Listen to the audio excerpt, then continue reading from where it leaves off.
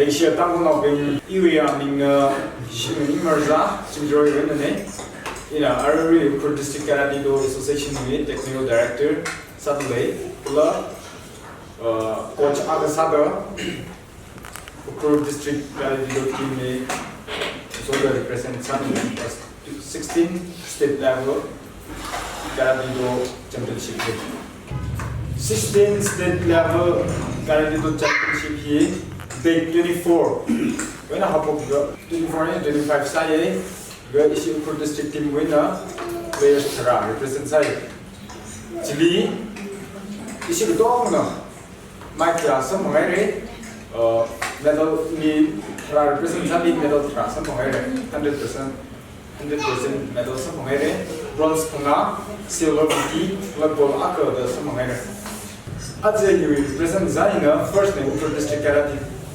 team we got we go here the first and I the queen of the the mic has some of the he Halakai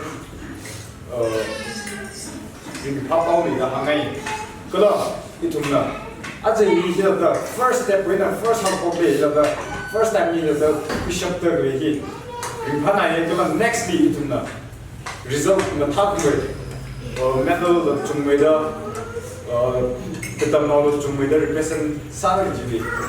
She can some way gold medal, go to make the workshop, Bara, it was ship some way. Ukhrul District Karate Association here, Kajankatwa 2001, the Pokani. Cuts the function Masa by the Fansa Salaga. Rasho naga in a karate he got the regular the passion patalaga 2022 October the construction laga join top of the area rasho the mga pila na materials at lay you will lead train sadar lay kita now he bukada shini train sadle shinaw phanga kala hindi na meron Jangat in a limit 30 in a 30 city limit higher lane. As a full size, I kind of become the Silvan, Masat by the Ada Shopina, I will look at the Shini lane. Karate in the Karate Tom's day with Lingrin number. It when we community album he did. Drugs when a commission provide, but I like enough. Color.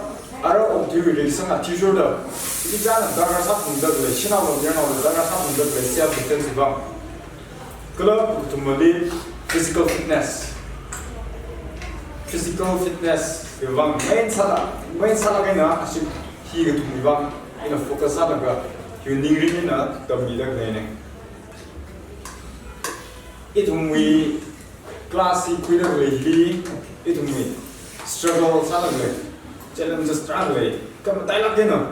It we materials mugly, equipment with the mugly. It we darker. It the training we white darker. Mugly mugly hina. It we want supply na training mugly. Kalo hui. Paigar he we white. It the kangansa mugly.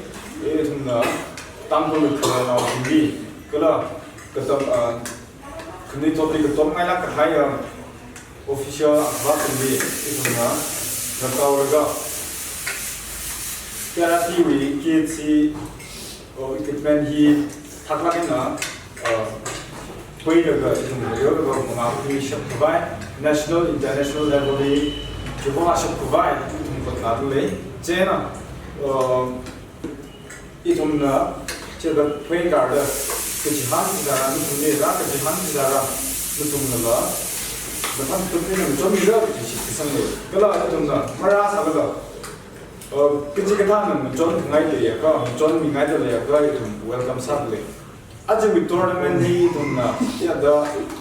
medals, some area groups, some area, some results today from the Taylor, in Pawin from Makaranga, here the is on the opening the sa một mình sao lắc được cho mình ngay review với mình cho mình cái gì cái gì ở đây chúng ta chăm được về ở đây chúng ta cái phê đi spend chăm được về thì là mình không chọn một ngày này ina mình ina mention sau cái Result Sir Vinia Smith Technical Assistant RD and PR cái này li ma'am during là ISDC Ukhrul Ultimately Sir Andrew Kusongum Social Worker atum này là đây thùng đi cha mong vai nào cho mấy mi là cái thùng là cái arena cái sai sản phẩm đấy cái thùng sẽ có gì đi snack hay gì nó sẽ đặt ngay